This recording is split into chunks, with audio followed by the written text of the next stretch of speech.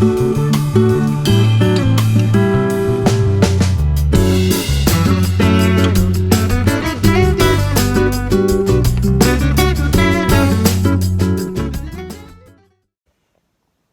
guys, how you doing? Shannon here from the Glorious Kitchen. So today I'm doing another cooking tutorial for you, and this one is going to be making sauerkraut because, to be honest, I feel like now is as good a time as any to start fermenting your vegetables.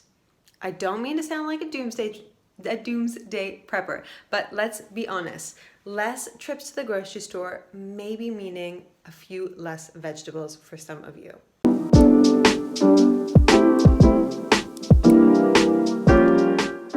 So fermenting your veggies is a super easy way to keep them hanging around for longer. They're super nutritious this way, packed full of healthy bacteria to keep our gut health strong. So I'm going to show you how we do it. Okay, here we are in the kitchen with the only two ingredients we're going to need: a green cabbage and some salt. I'm using pink Himalayan salt for this one. So I'm going to start off by sanitizing my tools. So specifically the jar that I'm going to use. I'm going to sterilize it with boiling water, make sure that it's completely dried out and cooled down. I'm going to pop that aside and I'm going to start slicing up the cabbage real thin. Let me show you.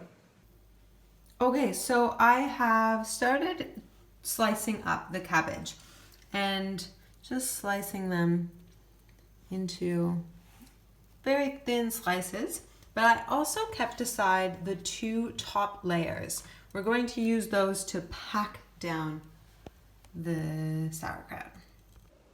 Okay, now you can see over to my left, I have a big bowl of shredded cabbage.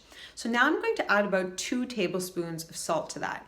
And we need the salt because it's going to pull the water out of the cabbage and actually make the brine that the cabbage is going to be able to ferment in and that the bacteria will be able to grow in. It's also going to soften the cabbage, which is the tough work that I have ahead of me.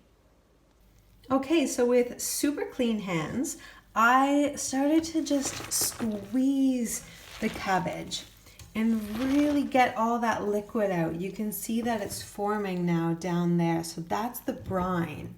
And I've added some caraway seeds for a bit of flavor. And I'm just going to keep going here for a little while to try to get as much liquid out of it as I possibly can. Okay, so now with your cabbage squeezed out so you have lots of liquid to pour on top, you're going to top it up so that you can cover all of the cabbage in there.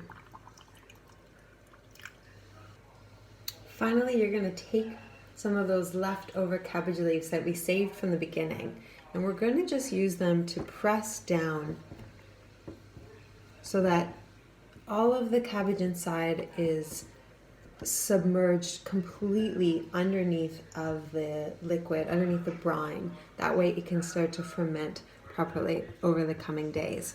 So what you're going to do is you're just going to put the lid on and put it aside on the counter. And every day or two you can just let out a little bit of air that's formed and you'll start to see those bubbles forming. And after about a week or two, you can pop it in the fridge and start to enjoy your sauerkraut. Thank you so much for joining me as always and helping everybody is healthy and safe and happy out there. See you soon.